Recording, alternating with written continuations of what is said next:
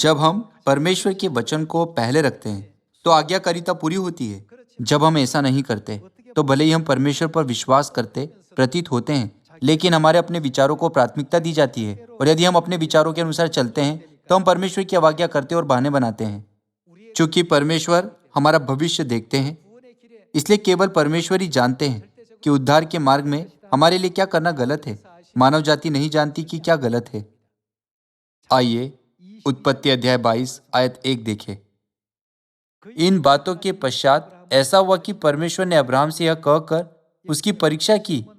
यहाँ परमेश्वर ने अब्राहम को आज्ञाकारिता की परीक्षा से परखा।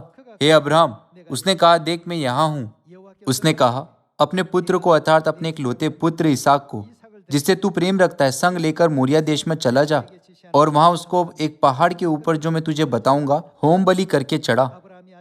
अतः अब्राहम सवेरे तड़के उठा और अपने गधे पर काटी कसकर अपने 2 सेवक और अपने पुत्र इसहाक को संग लिया और होम बलि के लिए लकड़ी चीर ली। तब निकल उस स्थान की ओर चला। जब वे उस स्थान को जिसे परमेश्वर ने उसको बताया था पहुंचे, तब अब्राहम ने वहां वेदी बनाकर लकड़ी को चुन चुन कर रखा और अपने पुत्र इसहाक को बांधकर वेदी पर की लकड़ी के ऊपर रख दिया। फिर अब्राहम ने हाथ बढ़ाकर छुरी को ले लिया कि अपने पुत्र को बलि करे। तब यहोवा के दूत ने स्वर्ग से उसको पुकार के कहा, हे अब्राहम, हे अब्राहम। उसने कहा, देख मैं यहाँ हूँ। उसने कहा, उस लड़के पर हाथ मत बढ़ा और न उसे कुछ कर, क्योंकि तूने जो मुझसे अपने पुत्र वरन अपने इकलौते पुत्र को भी नहीं रख छोड़ा। इससे मैं अब जान गया कि तू परमेश्वर का भय मानता है।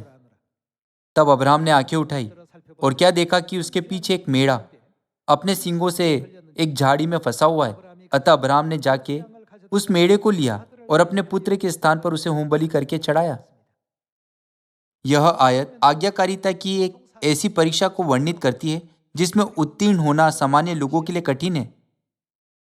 परमेश्वर ने अब्राहम से वादा किया, मैं तेरे वंश को आकाश के तारों के समान अनगिनत करूंगा। लेकिन यदि यहाँ उसका एकलौता पुत्र इसहाक मर जाता तो उसका और कोई वंश नहीं हो सकता था। फिर भी परमेश्वर ने अब्राहम से कहा कि वह अपने पुत्र को होमबलि करके चढ़ाए।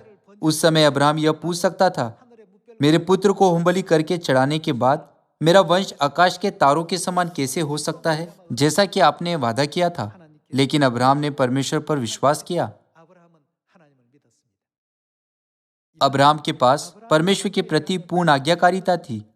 परिणाम स्वरूप परमेश्वर ने उसके आगे उसके सभी मार्गों पर अनुग्रह और आशीष रखी और यह कहा, जो तुझे आशीर्वाद दे उन्हें मैं आशीष दूंगा, और जो तुझे कोसे उसे मैं शाप दूंगा।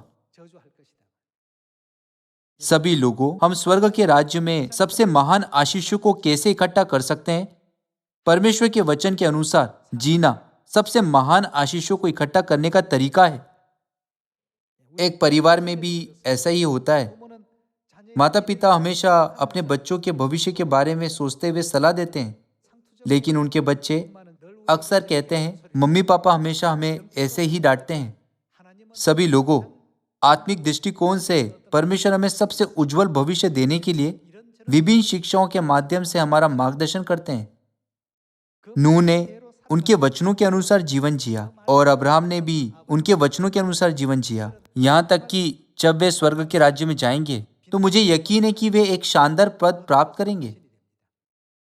मैं आशा करता हूं कि हम भी किसी भी वचन को कभी नहीं त्यागेंगे जो परमेश्वर हमारा मार्गदर्शन करने के लिए हमें देते हैं, लेकिन जो भी वचन वह हमें देते हैं उसका पालन करेंगे।